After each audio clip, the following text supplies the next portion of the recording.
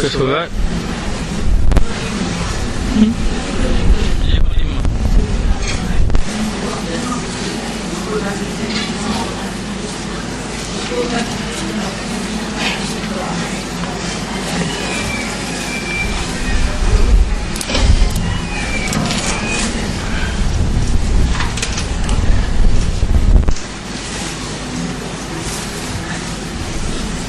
Dan disebut bagiku setengah sahabatku. Betul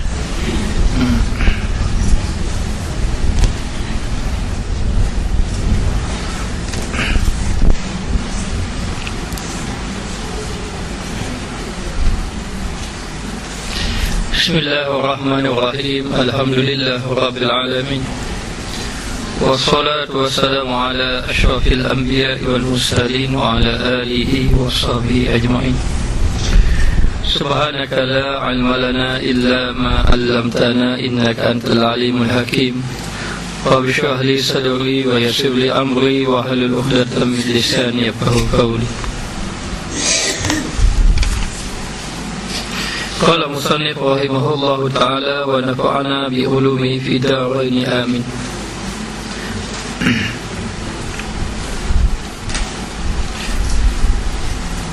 Disebut bagiku setengah sahabatku bahawasanya ia melihat akan seorang laki-laki daripada ahli solah, maka bertanya ia daripada halnya,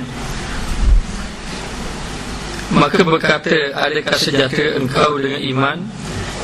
Dengan iman engkau? Maka katanya, hanya yang sejahtera iman bagi orang yang mutawakili.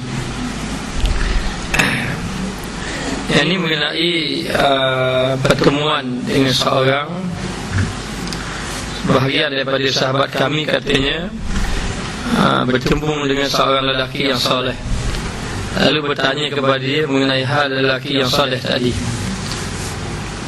Maka katanya, adakah selamat iman seseorang tadi, ataupun bagaimana seorang itu boleh selamat iman?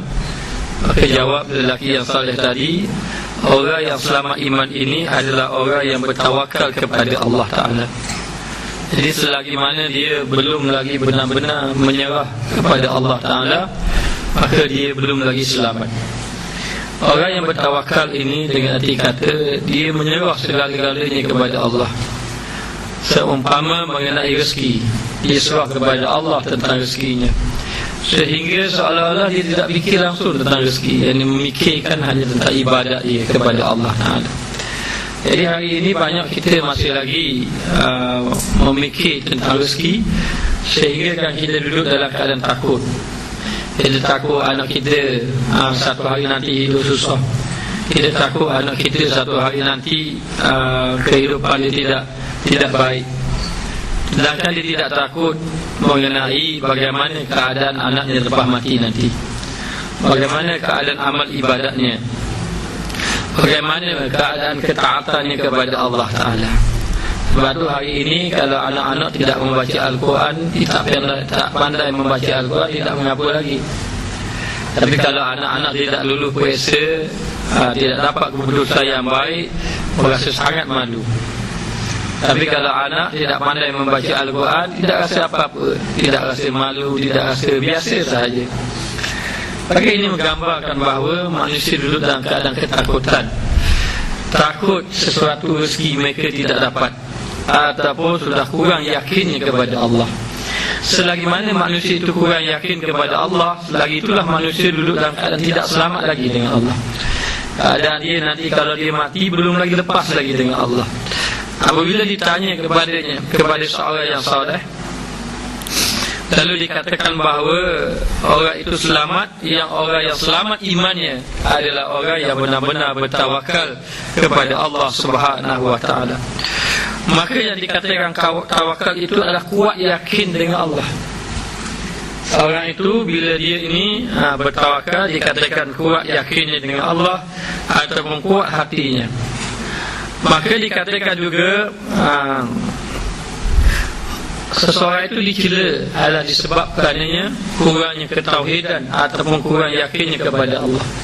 Jadi apabila seorang itu kurang yakin kepada Allah Ta'ala, akhirnya dia tidak lagi memikirkan tentang ibadat, dia tidak lagi memikirkan tentang akhirat, ia memikirnya tentang keduniaan.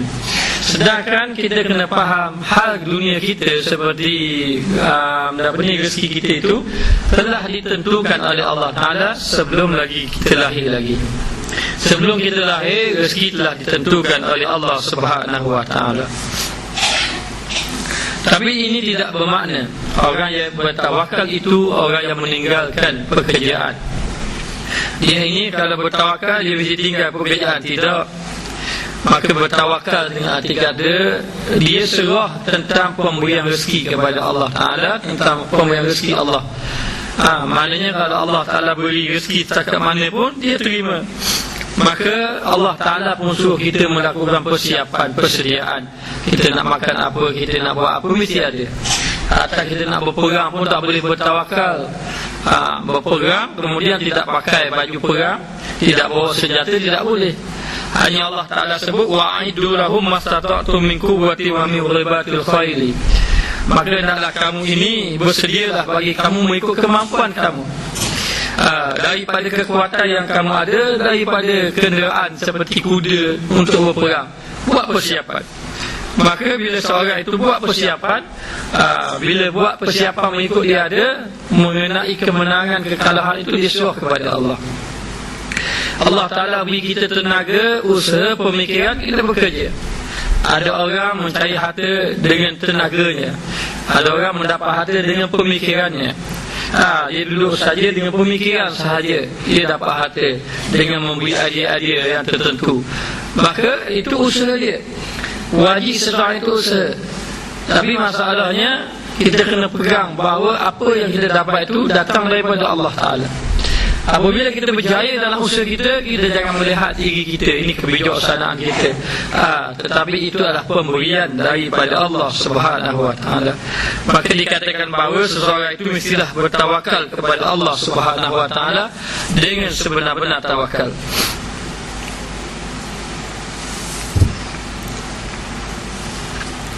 Kami pohon akan Allah Ta'ala bahawasanya membaikkan kami dengan kurnianya, maka minta pohonlah dengan Allah Ta'ala. Kami pohon ini, kata pengarangnya, kata memohon kepada Allah agar Allah Ta'ala membaikkan kami dengan kurniaannya, dengan pemberian Allah Ta'ala. Sama ada Allah Ta'ala beri ilmu, sama ada Allah Ta'ala beri harta, dan apa saja yang Allah Ta'ala beri.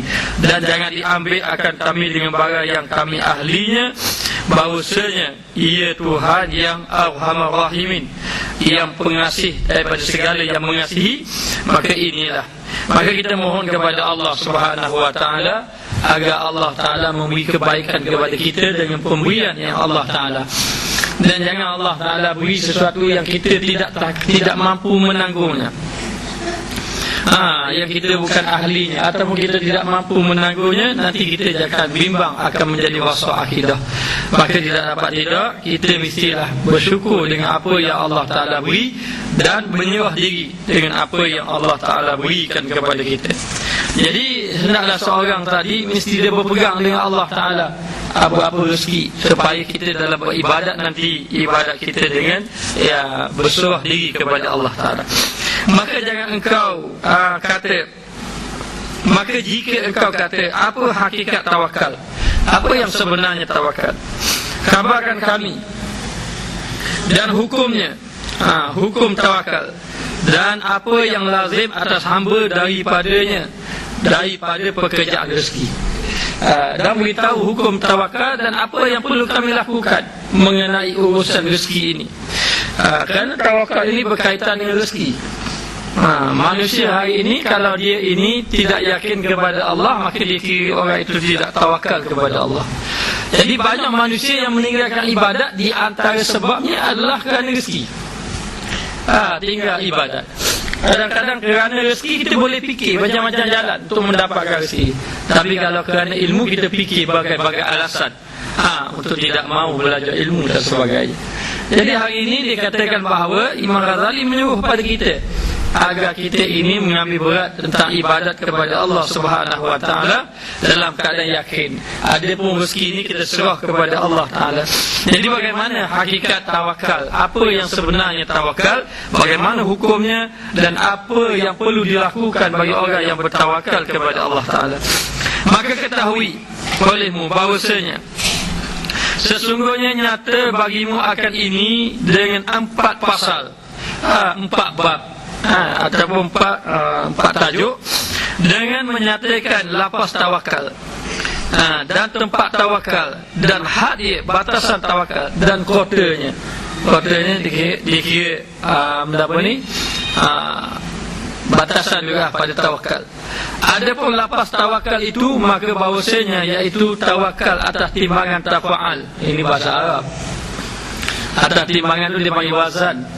Dalam bahasa Arab, kalau orang belajar bahasa Arab, tawakal ini di atas wazan tafa'ala. Tawakala ya tawakkalu tawakulan. Jadi nak beritahu, maka ini dalam bahasa Arab, lafaz tawakal dan tempat tawakal dan juga had dan kotanya. Lepas tawakal itu, maka bahawasanya iaitu diambil iaitu tawakal atas timbangan tafa'ala. Tafa'ala diambil daripada wakalah. Maka tawakal atas orang iaitu diambil akan dia dengan tempat wakil. Jadi dia kata ini kita tidak mau bahaslah tentang bahasa Arab. Kalau muslimat belajar bahasa Arab mungkin ada yang faham, tapi rasa-rasanya kebanyakannya tidak belajar bahasa Arab. Saya bukan orang yang pandai bahasa Arab. Maka ini diambil sikit bahasa Arab daripada perkataan Arab tadi. Maknanya diambil daripada tafa'ala tu jadi tafa'ul. Jadi asalnya tawakul. Tawakul itu tawakul bahasa Arab, bahasa Melayu jadi tawakal. Maka yang dikatakan tawakal diambil daripada wakala, wakil.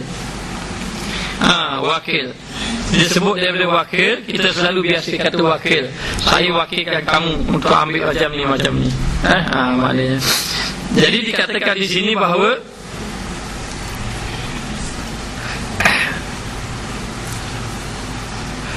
iaitu yang diambil akan dia dengan tempat wakil, yang mengaku, yang mendirikan dengan suruh, yang mengaku bagi membaikkan akan dia, yang memadai akan dia daripada ketiadaan memberatkan dan mendukacitakan. Maka inilah jumlahnya. Maka yang dikatakan dengan tawakal itu, yakni dikatakan bahawa iaitu yang diambil akan dia dengan tempat wakil. Tempat wakil yang mengaku, yang mendirikan dengan suruh, yang mendirikan dengan suruh, yang mengaku bagi membaikkan akan dia, yang memadai akan dia daripada ketiadaan memberat dan mendukacitakan. Maka inilah jumlahnya. Apa maksud dia ni? Saya pun tak faham. Maknanya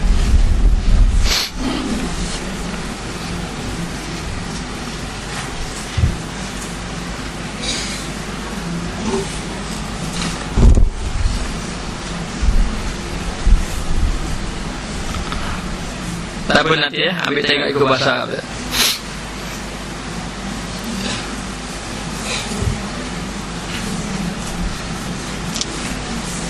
Okey, baik. Jadi sekarang ini dia ambil daripada tawakal ini, daripada kata wakil. Daripada wakil. Jadi sekarang ini Allah Ta'ala menyuruh kita ini melakukan amal ibadat kepada itu. Dan sebenarnya tentang rezeki-rezeki ini Allah Ta'ala telah tetapkan kita dapat berapa rezeki. Dan seseorang itu sebenarnya kalau ikut kita faham betul-betul, kita tak boleh lari daripada rezeki. Kita lari daripada rezeki pun rezeki itu lah dapat. Sebenarnya kalau kita lari daripada rezeki, dan sebenarnya kita tak boleh lari daripada rezeki. Rezeki itu memang ikut kita. Maknanya kadang-kadang kalau dah dapat rezeki, buat macam mana pun pasti akan dapat kita rezeki itu pada kita. Kadang-kadang kita rasa Allah tak ada rezeki, patutnya dapat ke saya dah. Maknanya, tapi memang sebenarnya hakikatnya tidak ada rezeki bagi kamu. Allah Ta'ala sudah wakilkan rezeki-rezeki itu kepada seseorang. orang ni sudah dapat wakil ni, Allah Ta'ala sudah wakilkan rezeki. Jadi rezeki ni Allah Ta'ala sudah bagi dah pada dia. Ini rezeki Allah. Allah Ta'ala kata ini rezeki boleh orang ni, ini rezeki boleh orang ni. Allah Ta'ala dah wakil rezeki ni orang ni. Maka kita serah saja. Kita ini maknanya mengambil wakil daripada Allah. Kita mengambil rezeki yang Allah Ta'ala telah tentukan kepada kita. Macam saya ada harta banyak. Saya beritahu kepada pembantu saya, kamu ini, duit ini kamu bagi pada orang ni. Maknanya, maka sampai masa orang tu akan dapat. Akan dapatlah. Maknanya. Jadi kalau orang tu mari jumpa saya kata pergi cari orang tu. Dapat, sudah ditentukan. Jadi Allah Ta'ala sudah rezeki Allah Ta'ala sudah wakilkan kepada malaikat-malaikat akan memberi kepada orang ni. Orang ni. Jadi sampai masa dapatlah kita. Jadi kita ini mengapa ni dikata rezeki Allah Ta'ala sudah mewakilkan untuk memberi kepada kita atas kadar masing-masing seseorang itu mendapat rezeki. Dan rezeki itu Allah Ta'ala beri, maka hendaklah dia memadai ataupun merasa cukup dengan rezeki yang Allah Ta'ala berikan kepada kita. Maka dikatakan bahawa rezeki Allah Ta'ala ni sudah Allah Ta'ala wakilkan kepada seseorang ataupun kepada malaikatnya untuk memberi kepada hamba-hamba. Hanya kita saja masih lagi bimbang. Tak perlu bimbang rezeki sebenarnya.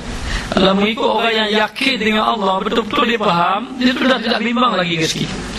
Hari ini kita jadi dibimbangkan rezeki. Siapa tak boleh buat apa-apa kita. Maknanya siapa tak boleh buat? Tak boleh buat ibadat dan macam-macam. Kerana apa? Kerana terlalu bimbang dengan rezeki. Hanya kita memang kena tawakal. Ada orang tawakal, memang tawakal yang begitu tinggi, tak usaha pun ada. Kita tawakal juga nak buat majlis kahwin contohnya untuk anak-anak. Kita tawakal juga. Kita simpan dulu duit. Ada cukup dah duit 5,000, 6,000 baru jemput orang kahwin. Bukan jemput orang kahwin, jemput orang makan. Maknanya buatkan duit kahwin. Makanan sudah ada. Bimbang lah kita. Tak bimbang kan? Sebab makanan sudah ada. Maknanya rezeki sudah ada. Ada peringkat awal. Ada peringkat awal, dia tak usaha lagi. Dia panggil orang. Panggil orang, baru dia usaha. Dia usaha. Ini peringkat yang kedua. Usaha juga. Peringkat yang ketiga, dia panggil orang, tak usaha langsung. Panggil orang, ada tak ada sudah. Tapi dia yakin. Dia kata Allah Ta'ala ada. Yakin dia. Kita tak sampai tahap tu. Tidak sampai tahap macam tu. Maknanya kita memang kena usaha, kena ada. Usaha tu kena ada. Apabila kita sudah ada usaha, kita yakin. Apabila kita sudah ada usaha, nanti akan ada lah bahagian kita. Kerana orang yang bertawakal pasti akan diberi bahagiannya oleh Allah Ta'ala. Maka baik dia kata di sini, maka ada pun di sini, dan ada pun tempatnya, iaitu ketahui bahawasanya tawakal itu nama yang diitlakkan pada 3 tempat. Tawakal ini ada 3 tempat. Yang pertama pada tempat kismah. Kismah ni bahagi. Iaitu bahagian. Iaitu percaya dan berpegang hati dengan Allah Ta'ala dengan i'tiqad bahawasanya tiada luput akan dikau daripada barang yang dibahagi bagimu. Yang pertama tawakal, yang pertama dia panggil tempatnya, dia panggil kismah. Kismah ni kita berpegang bahawa Allah Ta'ala lah yang membahagikan rezeki. Maknanya bahagian nasib. Maknanya dia ini percaya, dia tawakal tentang pemberian Allah Ta'ala, pembahagian Allah Ta'ala. Lalu dia yakin dan dia percaya dengan hati bahawanya Allah Ta'ala tidak luput akan diri dia ni dengan barang yang dibagi. Maknanya Allah Ta'ala akan bagi dengan mengikut bahagian yang Allah Ta'ala tentukan. Jadi yang pertama dia tak bimbang, rezekinya akan ada. Rezekinya akan ada, dia pun tidak perlu dibimbangkan lagi.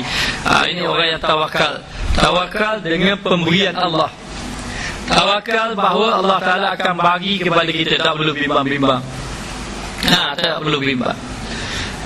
Pada kita kena tengok juga. Ada seorang kalau dia bercakap buat tawakal, maknanya dalam hati dia mesti tidak ada lagi bimbang mengenai harta benda, tapi dia serah kepada Allah. Dan kalau macam itu apa, anak kita nak makan apa, kita nak makan apa, dan Allah Ta'ala ada akan memberi bahagian-bahagian. Bahagian-bahagian. Hanya kita orang awam ini dalam mengikut pegangan ahli sunnah memang kena bekerja. Bekerjalah setakat mana kita bekerja, hanya ambil jalan saja bekerja, tapi tidak gantung pada kerja. Tidak bergantung pada kerja. Kamu mana orang kerja biasa saja boleh pergi Mekah, mana ada. Kamu mana orang kerja banyak pergi harta, tak apa Mekah. Ada seorang yang saya jumpa, dia kerja gunting rambut saja. Hanya kehebatan dia ni, dia jaga sembahyang. Gunting, nak pukul 4 lebih dia berhenti minta maaf. Siapa nak tunggu pergi sembahyang. Dia dapat buat rumah sebuah, tanah dalam rumah. Berkat dia buat kerja. Mana kita kira akal kita, kerja gunting rambut apa boleh. Biasanya. Tapi Allah Ta'ala nak beri ini rezeki pemberian daripada Allah Ta'ala. Allah Ta'ala bagi, ada bahagian kamu. Kita ni takut hilang bahagian kita sampai tak semayang.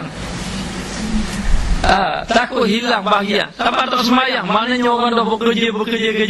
Kalau dengar azan, dengan sembahyang, dia akan tumpu lagi kerja dia tu. Sama ada dia semayang itu lewat ataupun setengahnya sampai tak semayang terus. Ada yang sampai menyesal sembahyang pun ada. Menyesal sembahyang macam mana? Dia kata masa 100 azan tadi ramai pelanggan. Bila kita dah sembahyang, habis lagi dia. Habis lagi belaka.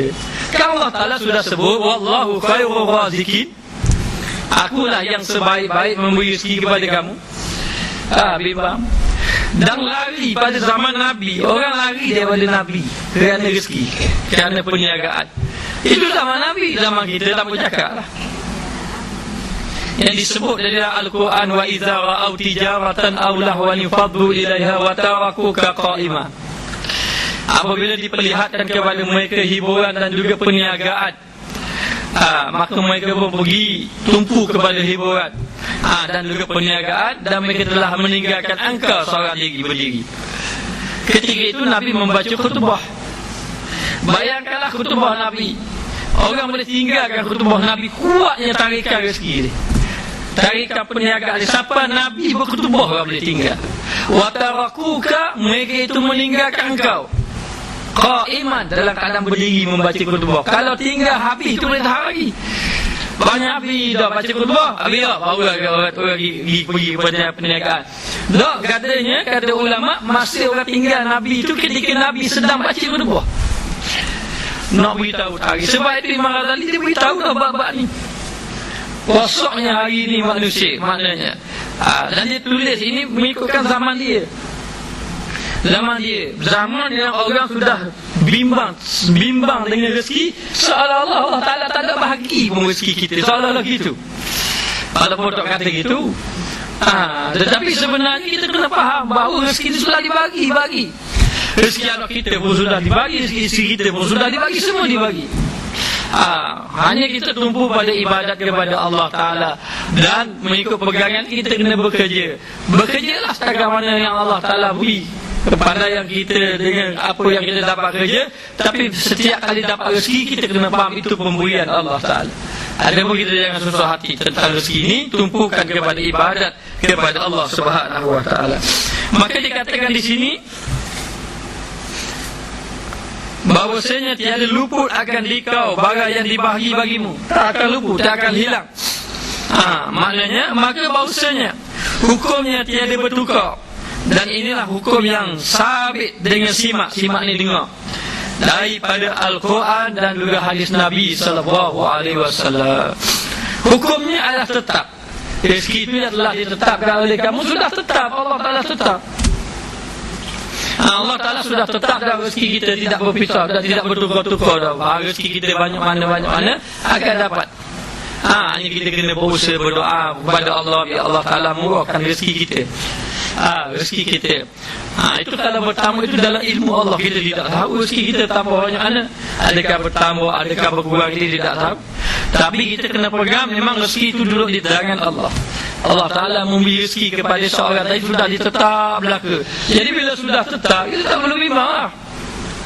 Macam orang kata lah, kalau kita duduk dengan orang kaya itu, orang kaya kata tak berasa bimbang lah, saya bagi awak tiap-tiap hari, saya tak bulat banyak dia bimbang. Seorang pelajar pergi belajar, dia pun kata tiap-tiap bulan saya hantar 300, pergi belajar saja. Mereka belajar lah, saya fikir lah tentang rezeki, belajar. Sampai masa dapat lah, sampai masa dapat. Maka begitulah seolah-olah Allah Ta'ala kata ibadatlah kamu, rezeki aku tanggung.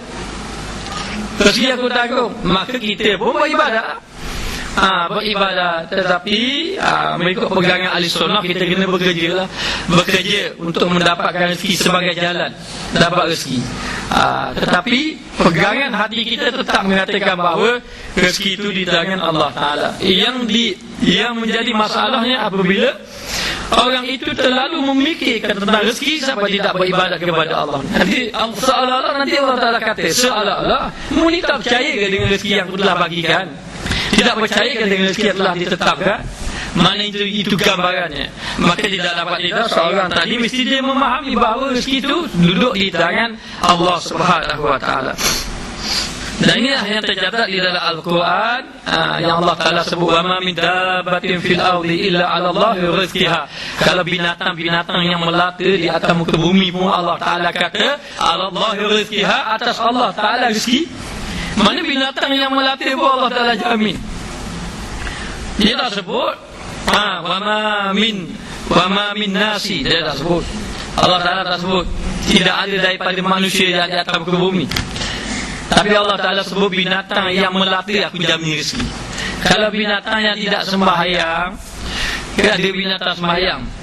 Tak ada. Binatang yang tidak sembahyang pun Allah Ta'ala jamin rezeki. Bagaimana kita yang mengucap 2 kalimah syahadah, yang bersembahyang, yang berzikir, yang membaca Quran, lebih-lebih lagi lah Allah Ta'ala menjamin akan rezeki.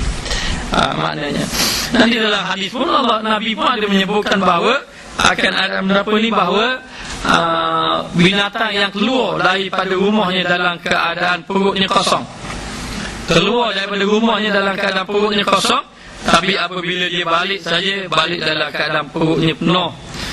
Maknanya Allah Ta'ala dah tetapkan mereka bahawa pembagian Allah Subhanahu Wa Ta'ala ini dibagi mereka. Baik. Dan yang kedua, pada tempat Nasrah ni ke Nusrah, yang ni tolong Nusrah, baca Nusrah, baca baik tepat. Pada tempat Nusrah, yakni penolong. Penolong.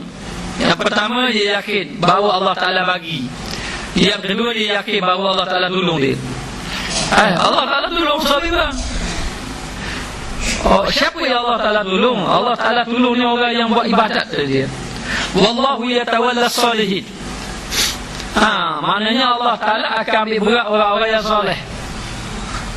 Kita kalau jaga sembahyang saja, rezeki ini terbuka melalui apa? Yang pertama, melalui jaga sembahyang. Siapa yang jaga sembahyang, Allah Ta'ala beri buka rezeki, terbuka rezeki dia. Lebih-lebih lagi dia jaga sembahyang berjemaah. Maknanya dia tu. Yang kedua, dia taat ibu bapa dia. Siapa khidmat ibu bapa, kaya dia, pasti kaya. Ini disebut dalam Al-Quran, kisah yang surah Baqarah kan. Saya dah cerita dah dulu. Kita semula berapa kan. Kisah budak, orang ayah yang dia ada ayah, seorang suami, seorang isteri, ada anak lelaki seorang. Jadi ada anak lelaki seorang. Bila ada anak lelaki seorang, dia ada lembu seekor. Jadi ayah dia ni sentiasa memelihara lembu. Satu hari ayah dia ni sakit. Jadi ayah dia sakit, ayah dia pun pergi ke hutan. Tak apa sihat dalam masa tu, dia bebaskan, dia lepaskan lembu dia. Dia kata, ya Allah ya Tuhanku, aku nak seruah pada kamu lembu ni, tolong jaga lembu ni. Tolong jaga lembu ni, aku nak suruh padamu menjaga lembu ni. Nanti kalau ada ahli keluarga aku minta datangkanlah balik. Dia lepas lembu dia dari hutan. Kemudian dia jatuh sakit, membawa kepada kematian. Jadi semasa mati dia sempat beritahu bini dia bahawa lembu tu Yesus Allah Ta'ala jaga. Emangnya awak gitu apilah kau orang berjalan. Maknanya apa tu imam Allah Taala jaga. Lalu jalur tengah jalan apa baru lembu. Takat di belakang orang. Jadi nak beritahu memang dia suruh Allah Taala jaga dalam hutan. Hinggalah anak dia ni. Anak dia ini kecil lagi, nak suruh jaga lembu kecil lagi. Sehinggalah anak dia membesar. Bila anak dia membesar, lalulah mak dia kata, kamu pergi dalam hutan, kamu serulah minta pada Allah Ta'ala lembu ayah kamu tu.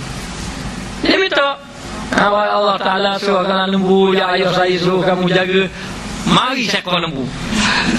Dia kata terbit lembu seekor dalam hutan. Bila keluar lembu, dia pun ambil lembu. Oh ni lembu dia. Maknanya lembu dia. Dia pun balik. Oh mak dia tengok ada lembu dia. Ada lembu. Allah Ta'ala dia jaga balik. Jadi itu satu kisah. Di tempat yang lain, ni cerita ni berlaku zaman Nabi Musa. Di tempat yang lain ada dua orang sahabat. Sahabat kaya ni. Kemudian sahabat ini ada orang kaya ini, dia ada anak saudara dia.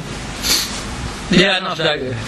Dan orang kaya ini dia baik, dia jaga anak saudara, dia bagi duit kepada anak saudara. Tapi anak saudara dia tamak. Lambat pot darah aku mati nak ambil harta. Dia tamak nak orang ni. Bila dia tamak, akhir-akhir dia fikir-fikir macam mana. Maka keputusan dia ambil jalan, dia bunuh pot darah dia. Biar cepat-cepat dia dapat harta. Cepat-cepat dapat harta. Lalu dia ambil keputusan. Malam itu dia pembunuh. Saya tak tahu cara macam mana. Yang pastinya dia tak bakar. Mana? Kata orang kaya kan dia bakar. Dia bakar tapi tidak bakar. Pastinya dia tidak bakar. Dia minum racun ke, dia tikam Allah lah. Itu bahaya, kaya sangat pun bahaya juga. Jadi kalau orang tanya, kata Ustaz kaya sangat ni betul bahaya. Macam ni saya ni kaya sangat. Yang susah bagi saya, jadi kurang sikit. Ni kurang je. Jadi nak beritahu, dia dibunuh. Bila dia kena bunuh, lalu anak saudara dia heret mayat pak saudara dia letak di hadapan rumah kawan baik ayah dia. Pak saudara dia. Kalau dia ada kawan baik, mayat pun apa ke besok tu kawan dia pun kawan pada pak saudara dia, kawan baik pak saudara dia nak pergi keluar rumah. Maksud jabat, mana nak pergi kerja. Keluar rumah tengok mayat depan mata. Depan rumah dia. Maka terkejutlah dia. Bila terkejut, kecoh orang. Ada mayat depan rumah, kecoh. Maka orang pun berhimpunlah ramai-ramai ketika itu. Dia menafikan saya tidak membunuhnya, mayatnya di depan rumah dia. Lalu dipanggil anak saudaranya. Anak saudara pun terkejut, anak saudara dia. Lalu terkejut. Lalu anak saudara dia menangis. Lelaki bolehlah hati aku, boleh hati aku. Banyak menangis. Maka menangis anak saudara dia tuduh, kamulah yang membunuh pak saudara aku. Maknanya, jadi katanya tidak, balah. Maka ada dua kumpulan. Satu kumpulan menyokong anak saudaranya, satu kumpulan menyokong kawan daripada pak saudara je. Maka berlaku perbelahan. Tengah-tengah berlaku perbelahan ni, hampir-hampir bertumpah darah. Lalulah dikatakan, beginilah kita berjumpa dengan Nabi Musa. Kita suruh Nabi Musa putuskan. Ini zaman Nabi Musa. Lalu mereka pun berjumpa minta Nabi Musa putuskan. Dan Nabi Musa berdoa kepada Allah, macam mana nak buat ni? Sebab DNA tak ada. Mana kalau ada DNA, kalau ada pisah boleh cek cok jari semua tu. Kata pun boleh pasang CCTV, tengok macam mana dia bunuh. Tapi tak ada dalam keadaan macam tu. Jadi dalam keadaan macam tu, lalulah dia minta dengan Nabi Musa. Nabi Musa berdoa kepada Allah. Allah Ta'ala mengatakan, Inna Allah ya'murukum an tadbahu baqarah. Nabi Musa berjumpa, sesungguhnya Allah Ta'ala telah menyuruh kamu semua mencari seekor lembu. Qalu atattakhiduna huzwa? Musa, kamu ni buat main-main aku. Aku suruh menjadi hakim, tiba-tiba Musa suruh jadi lembu. Dia nak suruh jamu. Kan suruh jadi hakim, putus saja. Siapa benda ni suruh jadi lembu? Apa kaitan dengan lembu? Qalu atatakhiduha huzwan? Huzwan ni main-main. Mu ni buat main-main ke? Tiba-tiba orang suruh jadi hakim dia saya lembu. Kita pergi makan masyarakat saya putuskan awak saya lembu saya kok. Ada tidak ada. Saya putuskan awak saya kambing lembu. Tak ada. Atas takhiruna huzwa. Lalu Nabi Musa menjawab, qala a'udzu billahi an akuna minal jahilin. Aku berlindung daripada Allah menjadi orang yang jahil. Kerana orang jahil ini suka buat main-main korang. Suka buat main-main korang. Maka Nabi Musa kata tidak. Maknanya ini perintah daripada Allah. Aku berlindung dengan Allah supaya Allah Ta'ala tidak menjadikan aku ini orang yang jahil. Lalulah Nabi Musa pun berkata, sesungguhnya qala a'udzu billahi an akuna minal jahilin. Qalu ud'u lana rabbaka yubayyin lana ma hi. Dan kalau begitu Allah Ta'ala suruh cari lembu yang macam mana? Qala innahu yaqulu innaha baqaratun la faridun wa la bikrun awanun baina dhalik. Allah Ta'ala suruh cari lembu yang tidak tua sangat, tidak muda sangat, di tengah-tengahan. Qalu ud'u lana rabbaka yubayyin lana ma launuha. Dan kalau macam itu, maknanya nak lembu warna macam mana? Tanya lagi. Artinya Allah Ta'ala suruh cari ya. Saya cakap-cakap banyak. Lembu yang tidak digunakan buat gala, dengan kata gala. Maknanya membaca. Dan tidak muda, tidak tua sangat. Dan kalau macam tu lembu macam mana? Qala innahu yaqulu innaha baqaratun safra faqi'un launuha tasurrun nazirin. Maka Nabi Musa kata, adalah kamu mencari lembu yang diperintahkan oleh Allah Ta'ala, lembu yang warna kuning keemasan. Safra ni warna kuning-kuning yang menarik. Faqi'un launuha tasurrun nazirin. Kalau orang tengok warna dia, orang kata tertarik. Warna dia memang kuning comel molek. Maknanya cari lembu macam tu. Qala ud'u lana rabbaka yubayyin lana ma hiya innal baqarata syabaha alaina wa inna insyaallahu la muhtadun. Lalu dia tanya lagi lembu. Maka katanya Nabi Musa, kamu carilah lembu yang mana baqarata syabaha alaina. Satu lembu yang tidak sama dengan yang lain. Dan lembu ini dalam keadaan tidak pernah digunakan buat gala, tidak pernah digunakan buat membajak. Dan lembu tadi lembu yang molek, tidak sakit dan tidak cacat dan sebagainya. Tadi dia tanya lagi, lembu macam mana? Nabi berkata lembu itu tidak berbelang-belang. Cari lembu. Akhir sekali bila dia fikir-fikir banyak katanya, syarat jadi banyak. Bila syarat jadi banyak, payah macam orang nak masuk khabar, Ustaz, saya nak lembu kuning-kuning keemasan. Lepas tu saya nak apa saya masuk. Penimpal lagi. Mana? Kalau kata saya nak masuk bahagia saja, Ustaz cari lembu. Kita pakai cari lembu warna apa? Ustaz cukup syarat sudah.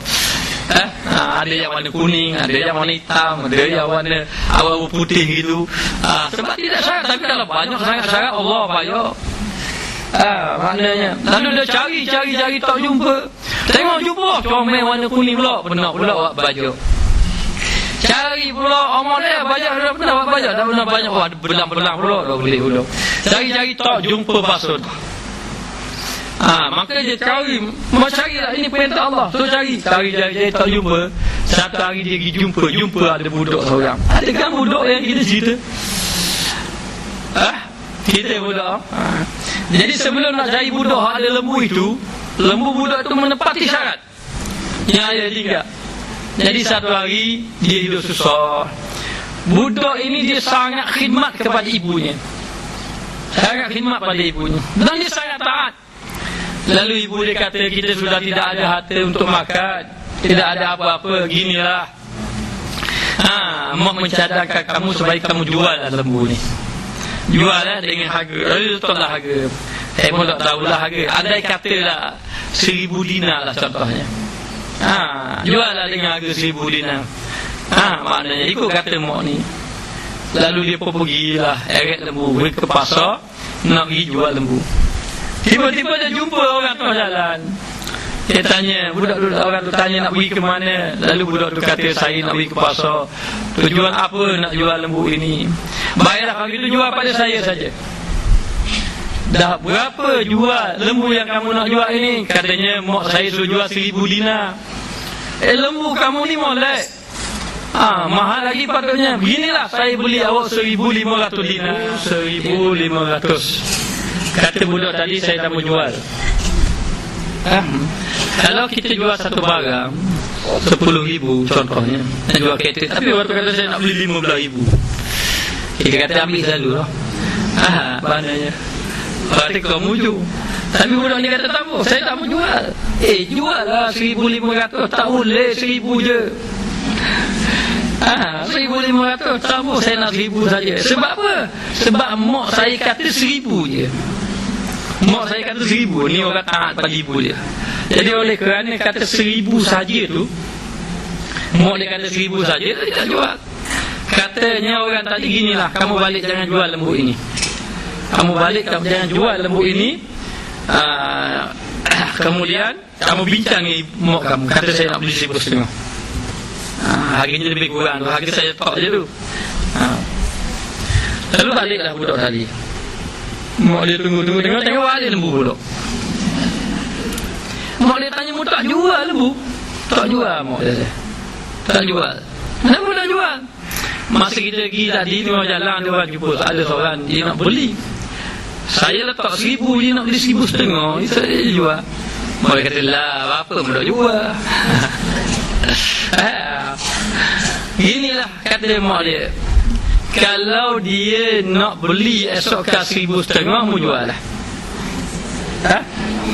Dia pergi lah. Esok dia pergi jumpa orang tadi. Dia pun kata, baiklah saya nak jual lah 1,500. Kata orang tu, beginilah, saya kata 1,500 pun tak padang, saya beli 2,000 lah. 2,000. Katanya, saya tak mau jual, saya nak jual 1,500 saja. Mak saya ada 1,500 saja. Lupa lah, 2,000, 1,500. Sudah tabuh. Nak juga dengan harga 1,500 tu lah. Kata orang tu, balik membincang lah dengan makmu.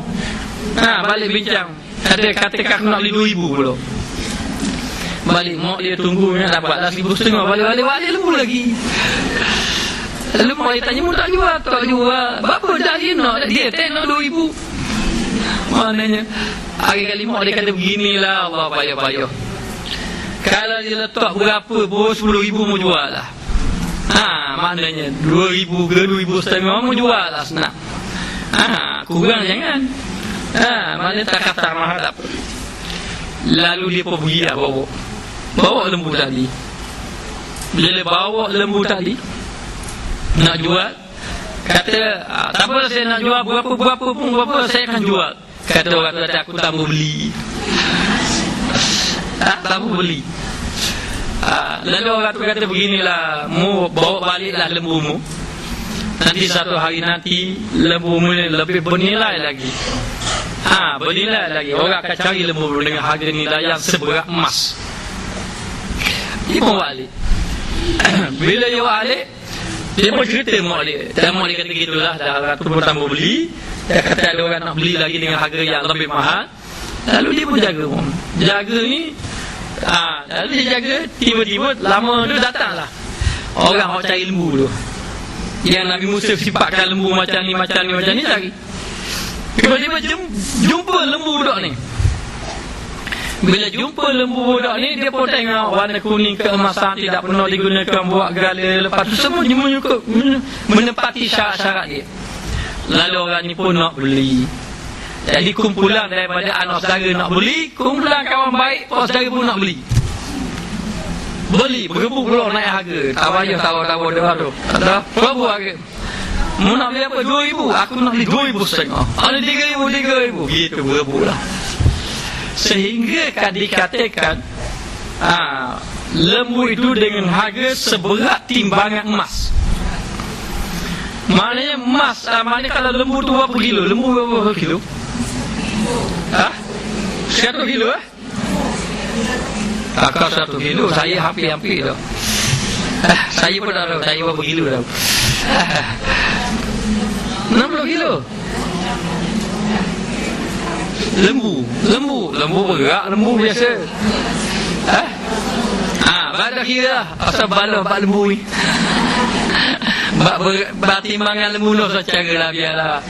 Tapi kita kena faham maknanya. Kalau kira lah lembu tu berapa ratus kilo pun maknanya begitu berat ikut nilai yang mak. Maka serta-mertalah dia menjadi kaya. Balik awak dia lembu seekor. Maka awak dia lembu seekor, maka nak awak dengan lembu ni. Maka disembelih lembu tadi. Lalu diambil satu bahagian daripada lembu. Tak tahulah dia ambil ekor ke dia ambil kaki. Ada kata kaki, ada kata kaki, melibatkan paha lah kaki.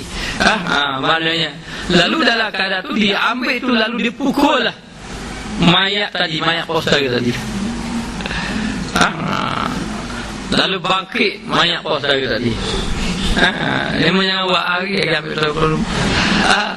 Ambil kaki lembu, katok bangun. Jadi bangun. Bila bangun saja dengan izin Allah, lalulah ditanya, siapakah yang membunuh kamu? Lalu dia cerita, yang membunuh dia adalah anak saudara dia, kerana tamakkan hati. Maknanya hasil daripada itu ramai yang beriman kepada Allah dan ramai yang mempercayai kekuasaan Allah. Tapi disebut summa qasat qulubukum min ba'di dzalika fa hiya kal hijarati aw ashaddu qaswah. Selepas daripada itu keras hati manusia, lebih keras daripada batu. Ada lagi orang yang tidak percaya, yang mengatakan Nabi Musa ini sihirnya kuat. Kan zaman Nabi Musa kan zaman sihir. Lalu dikatakan Nabi Musa ini telah menggunakan kekuatan sihirnya sehingga akan boleh membangunkan orang yang sudah mati. Lalu orang tidak terima, tidak beriman dengan Nabi Musa, tidak terima dan tidak mempercayai bahawa orang itu boleh bangkit semula. Ini nak beritahu bahawa keadaan hati manusia yang keras. Maknanya. Jadi nak beritahu balik, budak tadi jadi kaya-kaya. Lalu ulama mengatakan sesiapa yang berkhidmat kepada ibunya pasti kaya. Maknanya kaya insya-Allah. Ini Allah Taala sebut dalam Al-Quran. Maknanya kalau anak itu baik, dia bagi ibunya tiap-tiap bulan tanpa ketok-ketok tangan. Ada juga bagi dia begitu tangan. Ambillah mau ambillah. Maknanya. Jadi kalau dia bagi betul-betul, insya-Allah dia akan kaya. Allah Ta'ala akan lapangkan dadanya. Dia tak bimbang, rezekinya akan terbuka. Sebab tu saya kata tadi, yang pertama sembahyang. Yang kedua berkhidmat kepada ibu. Berkhidmat kepada ibu ni akan membuka rezeki. Berkhidmat kepada ibu. Yang ketiga, banyak bersedekah. Banyak sedekah kan dia habis harta. Dia kan semakin habis harta. Dak, Nabi bersabda, ma yangkus malum min sadaqah. Harta kamu yang kamu sedekah tak akan kurang. Jadi dalam Islam kalau semakin banyak keluar, semakin banyak datang. Banyak keluar, banyak datang. Banyak keluar, banyak datang. Maka demikian. Ada seorang ulama di Yaman itu, dia tidak simpan harta di rumah dia. Siapa yang ziarah dia dapat duit. Dia bagi duit. Berapa bagi duit? Kalau dia tak ada, dia tak ada keluar rumah. Dia duduk di depan rumah. Budak mari ambil duit. Habis. Tapi setiap kali habis datang. Setiap kali habis. Akhirnya dia kata, aku ni dah nak ibadat pada main BBT. Pada BBT. Pada BBT pula Allah. Susah pula BBT lu nak beli kena baca. Begitu. Jadi dia tu. Lalu datang seorang. Kita mau tahu tak sebab apa? Sebab kamu terlalu memberi. Padahal Allah Ta'ala lebih murah lagi pada kamu. Kamu ini pemurah, Allah Ta'ala lebih murah lagi pada kamu. Jadi kamu beri. Tak halang, maknanya tak ada tu. Tapi fahamlah yang kamu bagi pun ibadat juga kepada Allah Ta'ala. Baik. Maka jalan dia mendapat. Jadi banyakkan memberi kepada orang atau banyakkan sedekah. Itu jalan rezeki terbuka. Dan yang keempat, menghubungkan silaturahim. Orang yang banyak menghubungkan silaturahim ini, termasuk juga menghubungkan silaturahim ini maknanya banyak ziarah. Jangan terlalu nak berziarah. Kalau jika tetangga kita daripada pagi sampai petang kita ziarah. Dia pun gelisah, bila nak balik ni. Maknanya gelisah hati. Maknanya dia memang kita kena banyakkan ziarah. Banyak ziarah ini terbuka pintu rezeki. Maka dikatakan bahawa tempat nusrah, iaitu penolong, dan iaitu bertelakan. Telakan ini duduklah, dan juga bersandar dan percaya hati dengan penolong Allah Ta'ala. Dia duduk dan dia jakit. Maknanya Allah Ta'ala itu akan menolong dia bagimu apabila menolong engkau akan dia. Apabila kita tolong Allah, kita tolong Allah dengan melakukan amal ibadat kepadanya. Kita baca Quran, kita sembahyang, kita berzikir, kita berhadir maya ilmu itu, kita dikira menolong Allah. Jangan salah faham, kita tolong Allah ni, Allah Ta'ala minta tolong kita. Bukan. Allah Ta'ala tidak berhajat kepada kita. Allah Ta'ala tidak berhajat kepada makhluk-makhluklah berhajat kepada Allah. Tapi yang dikatakan kita menolong ini adalah dengan menegakkan agama Allah, menegakkan syariat Allah, dan melakukan ibadat kepada Allah. Jadi dengan kita melakukan amal ibadat kepada Allah, maka Allah Ta'ala akan tolong kita. Tolong kita. Sebab kita ni kalau masalah apa, masalah anak Allah, payahnya semakin anak masalah, semakin banyak dia mau ibadat. Tapi janganlah begitu. Kenalah nasihat dia, kenalah tu. Tapi kuatkan, semakin kuat beribadat. Tapi Allah Ta'ala akan tolong juga. Dan Allah Ta'ala uji, nak bagi kita sabar, nak bagi kita dapat pahala. Dan anak ni sebenarnya, bila ibu doa ni sebenarnya akan berkat. Hanya Allah Ta'ala, kadang Allah Ta'ala uji lagi. Sampai masa, kenapa orang ni boleh jadi baik? Kadang-kadang dia jadi baik dengan berkat ibu dia. Sebelum ibu dia mati, ibu dia berdoa pada Allah. Bila 40 tahun kemudian orang anak dia berubah jadi orang baik. Jadi orang baik berkat dengan doa ibunya. Hanya kita jangan jadi hilang yakin dengan Allah. Sudah lama berdoa orang dia dah jadi mendiri. Jangan. Allah Ta'ala ni janji dah, kalau mu berdoa aku makbul. Tapi ada syarat yang jadi makbul. Syarat dia yakin. Saya berjumpa dengan seorang syekh. Dia kata satu hari nanti saya nak buka pengajian ilmu secara menyeluruh, dia kata. Tapi saya tidak ada duit. Cukuplah saya berdoa, saya yakin Allah Ta'ala bagi duit. Dia kata, saya yakin Allah Ta'ala bagi duit. Jadi sebelum tu orang dapat tahu. Lalu orang yang jumpa dia nak buat, Tuan Guru ingin buat madrasah, macam ni saya bagi pelan-pelan ini. Tak apa, saya sudah ada Allah, dia kata. Tak apa dia tolong. Jadi buat apa? Dia duduk rumah, dia berzikir, mengajar cakap-cakap dia. Hari ni dah banyak dapat duit, dia bagi ambil ke mana, ke pondok-pondok. Secara tersembunyi lah. Bagi pondok dia. Kata saya yakin betul-betul. Bila saya berdoa, saya letak dalam hati, Allah Ta'ala bagi saya. Dia kata gitu. Kita kadang-kadang kita berdoa dah, tapi dalam hati tu ada lagi rasa-rasa. Dalam hati tu ada lagi guana gini. Maknanya orang tergantung kata benda lah. Aku yakin tu. Dulu kelak ada lagi. Okey, baik. Jadi dikatakan bahawa berpegang kamu kepada Allah, kamu tolong Allah, Allah Ta'ala tolong kamu. Allah Ta'ala pasti akan menolong kita. Dan engkau perang fisabilillah, Allah Ta'ala sebut kamu berperang fisabilillah ni firman Allah Ta'ala, wa idza azamta fatawakkal 'ala Allah wa qala in yansurkumullahu fala ghaliba lakum. Ini Allah Ta'ala berfirman yang mengatakan bahawa maka apabila engkau putus cita-cita, macam mana ni putus cita-cita? Apabila engkau putus cita-cita, maknanya apabila engkau sudah berazam. Berazam. Ataupun kita kata nekat lah. Boleh kata nekat lah. Sudah nekat dah. Nak kata gana mana pun. Dah kira dah nak kata gana. Apa yang berlaku orang kafir setara mana pun takkan lari dah. Nekat. Ataupun kita kata azam lah. Sesiapa yang berazam, betul-betul dia berazam, maknanya putus cita-cita dia, maka berserahlah olehmu atas Allah Ta'ala. Maka serahlah kepada Allah Ta'ala apabila kamu sudah berazam. Maka serah itu maknanya kamu minta tolonglah dengan Allah dalam urusan engkau, dalam keadaan kamu yakin dan tidak bergantung kecuali hanya kepada Allah Ta'ala, dan memahami bahawa Allah Ta'ala itulah yang menolong kamu, yang memelihara kamu. Maknanya mestilah seseorang tadi dalam keadaan dia ini menyerahkan diri kepada Allah Ta'ala dalam sekalian urusan. Tapi tidak bermakna dia tidak ada jalan berusaha. Kerana di dalam ayat lain, kalau orang nak berperang, sahabat Nabi kalau nak berperang, kan dia Nabi mesyuarat juga. Macam mana kita nak buat ni dalam peperangan ini? Dalam peperangan Uhud ini macam mana nak buat? Dalam peperangan Badar, kata sahabat Nabi, kita duduk jaga dalam Madinah. Kita duduk dalam Madinah. Sahabat Nabi kata kita kena keluar daripada Madinah. Nanti kalau kita duduk dalam Madinah, kita bimbang nanti orang kafir nanti dia bunuh budak-budak orang tua yang tidak bersalah.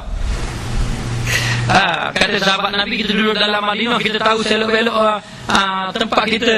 Nanti kita boleh memerangkap mereka dan sebagainya.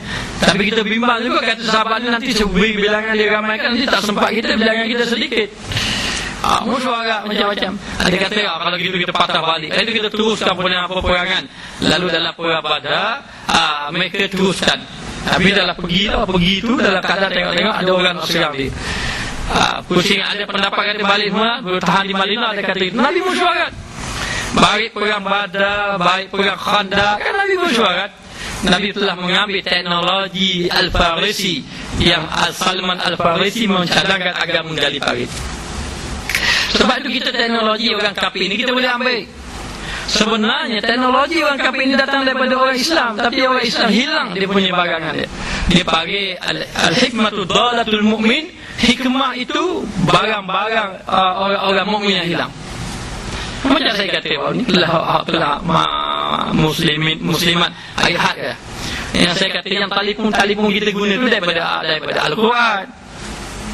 Orang yang buat cipta telefon itu Alexander Graham Bell tu, dia telah membaca, dia ambil daripada Al-Quran mengenai dalam Quran tu ada menceritakan bahawa orang-orang sama-sama dalam neraka itu dapat berhubung walaupun jaraknya jauh. Jarak jauh boleh berhubung. Kalau macam itu pun boleh berhubung. Lalu cari-cari jalan, dapatlah buat ke telefon. Ke telefon. Lepas tu dah canggih lah, saya pun boleh bawa mana-mana. Lalu orang Jepun pula jumpa.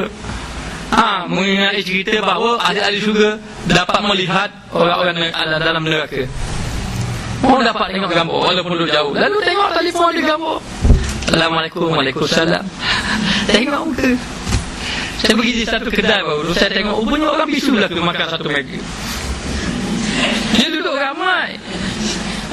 Mau duduk ramai, bergerak tangan, tapi tak bising. Ramai, tapi tak bising. Lalu orang kata bisu. Bisu apa? Dia telefon. Saya kata bisu, dia kata tak bisu. Rupanya dia cakap telefon, ni pegang telefon buat tangan dia. Yang bahasa dia saya tak berhenti nak tiru. Pakai cakap. Kita tengok memang betul. Semua telefon pakai gambar belaka. Jadi pakai tangan. Orang tu berjawab ikut tangan juga. Maknanya. Jadi nak beritahu bahawa semua daripada orang Islam. Lepas tu dalam peperangan Khandaq Nabi bermusyawarah. Musyawarah ini tidak bermakna orang itu tidak bertawakal. Jangan salah faham, tawakal ini tak payah bekerja. Tawakal ni macam mana? Tawakal ni duduk sebab pegang tasbih, rezeki tangan Allah. Mana boleh gitu? Kita mesti bekerja. Hanya kita dapat, kita kena rata. Kita kena pegang. Ini rezeki Allah Ta'ala beri. Kenapa? Kerana Allah Ta'ala sudah bagikan rezeki. Kemudian kita dapat rezeki kerana kita tolong agama Allah. Sebenarnya rezeki ni orang kata ka'at. Ka'at rezeki. Jadi rezeki jadi sempit. Sempit rezeki adalah kerana kamu jauh dengan Allah. Rezeki ni menjadi sempit kerana kita kurang ibadat kepada Allah. Orang tu kata ustaz, orang itu ada seorang tu. Dia ni memang ada masalah kewangan lah. Saya pun cuba bantu je setakat mana yang saya mampu. Saya pun tak tahu juga. Saya tolonglah dia, tolong. Bagi duit. Saya pun kata begini lah. Atas semayang lah sunat duha. Minta pada Allah biar Allah Ta'ala buka rezeki. Dia silap faham. Dia ingat bila dia semayang sunat duha Allah Ta'ala akan jadi kaya raya. Itu fahaman dia. Lalu dia pergi ke rumah. Lama dah, sebulan dua dia pergi rumah. Saya beritahu rezeki terbuka, kita kena pergi belajar begini ni. Saya mengajar di satu masjid. Saya perlu je tahan dekat itu. Ustaz, saya mari dah, dia kata. Dia kata saya mari dah. Saya kata alhamdulillah lah mari kan. Maknanya mari tu. Lepas tu saya suruh main jemaah. Dia pergi main jemaah. Dia pergi semayang cuma lama tu saya suruh semayang sunat duha lah, semayang sunat duha. Dia pun semayang lah sunat duha. Lama tu dia mari jumpa saya. Dia kata, Ustaz, saya dah semayang sunat duha, tak jadi benda-benda pun. Berapa dia mengingat semayang sunat duha PT dalam bank pertama. Mana semayang sunat duha pergi cocok dekat bank. Tekan baki 350 orang bagi. Bukan begitu, la ilaha illallah. Maknanya saya nak beritahu bahawa bila kita dekat diri dengan Allah, nanti Allah Ta'ala tolonglah kita. Itulah maksudnya. Maknanya maka dikatakan bahawa kalau kamu tolong Allah Ta'ala, maka Allah Ta'ala tolong kepada kamu. Maknanya Allah Ta'ala akan tolong kita. Maka jangan bergantung dengan yang lain daripada Allah Subhanahu Wa Ta'ala. Baik. Lalu dikatakan lagi, maka berserahlah olehmu atas Allah Ta'ala, dan lagi firman-Nya, jika menolong akan kamu Allah, maka tiada ghalib bagi kamu. Ghalib jadi khalaf bagi kamu. Mana in yansurkumullah fala ghaliba lakum. Jika kamu tolong Allah, Allah Ta'ala tidak kalahkan kamu. Tak usah bimbang. Manusia tidak dapat mengalahkan kita kalau kita duduk dengan Allah. Itu kena faham. Kalau manusia kata kena halang orang ni biar rezeki tidak ada, biar benda ni tidak ada, biar jangan bimbang. Allah Ta'ala sudah sebut dah. Maknanya yang sukumullah fala ghaliba lakum, kamu tidak akan kalah. Kalau orang kata kalah, hakikat kamu tidak kalah, kamu bersama dengan Allah. Apabila kamu tolong, tolong. Anda kata kalau seorang itu dia ini telah melakukan kebaikan, lalu orang fitnah dia. Bila fitnah dia, lalu dia tak ada kerja. Kita tanya dia, kamu ini memang difitnah, betul ke kamu difitnah? Ya, saya difitnah. Saya tak buat, tapi orang kedua saya buat. Hanya saya kena buang. Tak apalah kalau kamu difitnah, mana Allah Ta'ala bersama dengan kamu.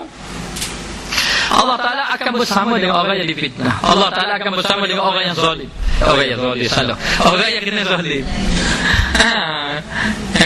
Yang pegang tu, pegang yang kena zalim. Zalim Allah Ta'ala tak sama dengan orang zalim. Jadi Allah Ta'ala bersama dengan orang yang kena zalim. Kamu ini kalau orang yang kena zalim disebut dalam hadis, ittaqu da'watal mazlum. Takutlah kamu doa orang yang kena zalim. Jangan. Memang kalau kena zalim, orang zalim, dia kalau terima doa dia, Masya Allah. Tak hari ni asal lusa. Tapi janganlah begitu. Orang buat zalim kita, zalim Allah ya Tuhanku, biar hancur kita. Hancur sungguh. Boleh berlaku begitu, tapi jangan berdoa macam tu. Jangan berdoa macam tu, bahaya. Yalah, kau boleh jadi orang curi kereta kita, boleh jadi orang curi motor kita, boleh jadi orang masuk dalam rumah kita, habis biti kita. Nanti Allah dah ganti ya. Ambil biti aku, ya Allah, mu ganti lebih banyak lagi nanti. Jadi Allah Ta'ala ganti lebih banyak lagi, mana tahu. Maknanya jangan. Maknanya, maka Allah Ta'ala kata, kalau kamu tolong Allah sekarang ni, kamu duduk bersama Allah. Fala ghaliba lakum, Allah Ta'ala tak kalahkan kamu. Allah Ta'ala akan bersama dengan kamu. Maknanya sebab tu kita kena apa ni? Kena faham. Babak fitnah ni ramai yang jumpa saya cerita kisah hari kena fitnah. Saya ustaz, orang kata saya begini. Saya pun dengar je. Dengar saja.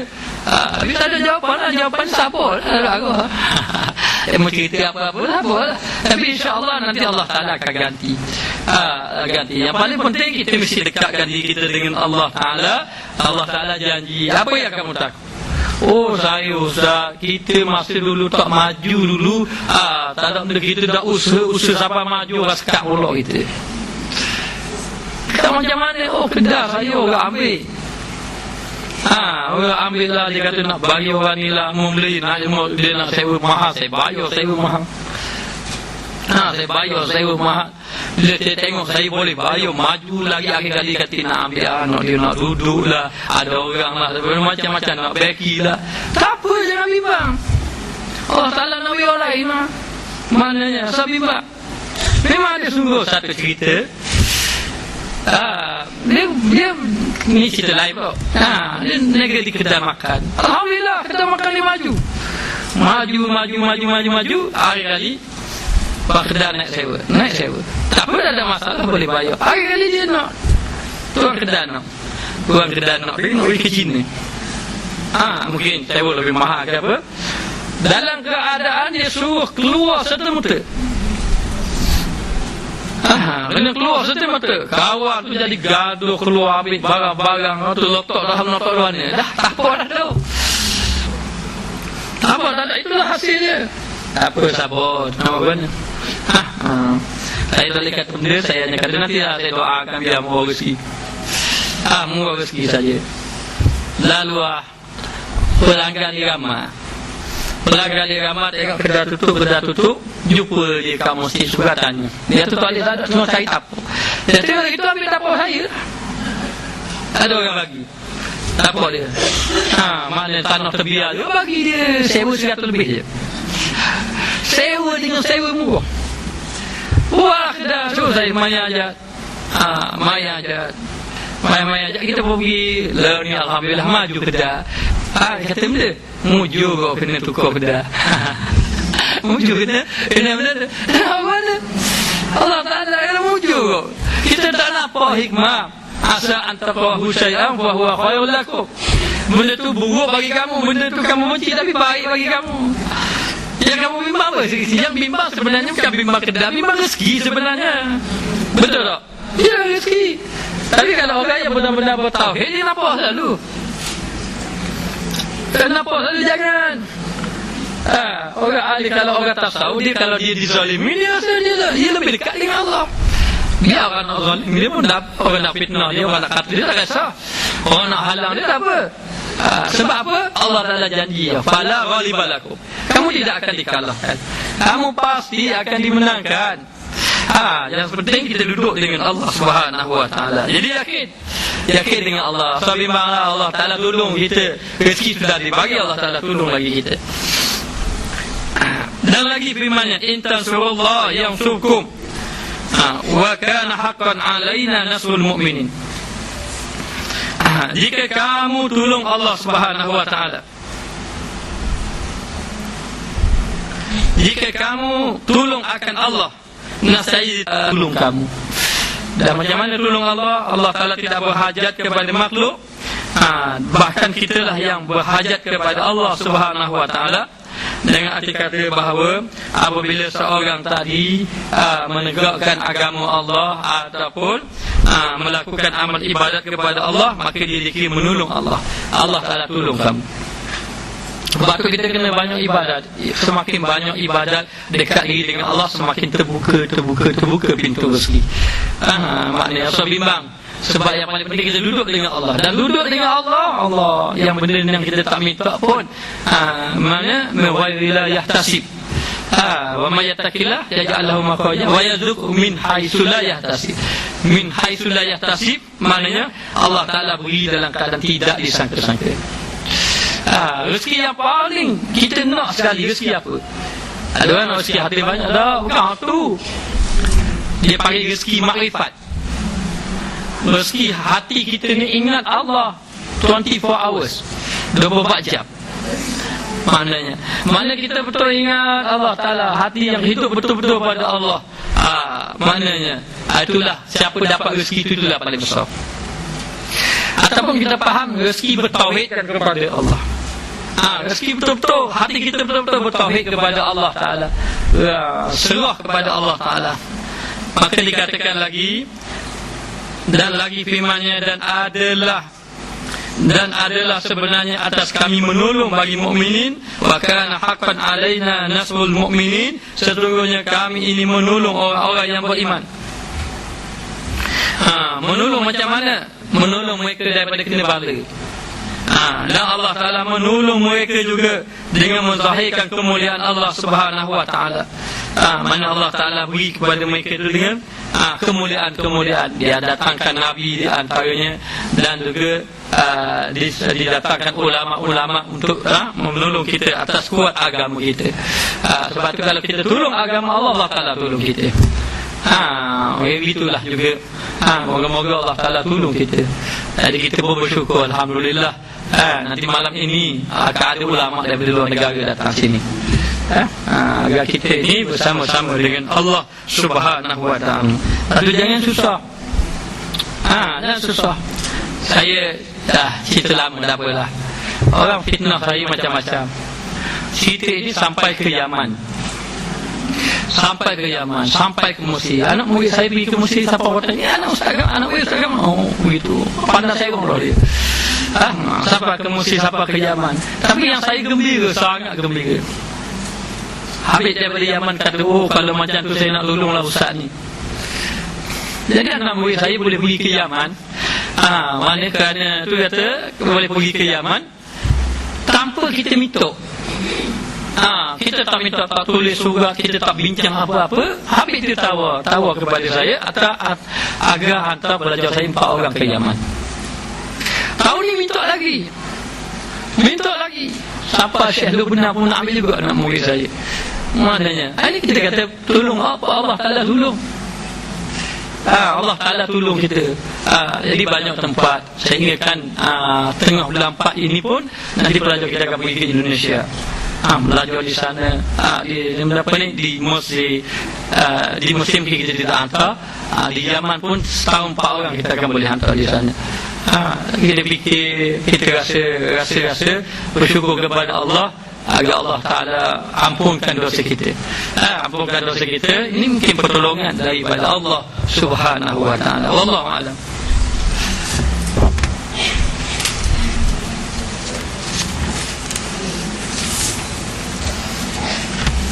Bismillahirrahmanirrahim. Rabbana zalamna anfusana wa illam taghfir lana wa tarhamna lanakunanna minal khasirin. Wa sallallahu ala sayyidina Muhammad wa ala alihi wa sahbihi wa sallam. Walhamdulillahi rabbil alamin.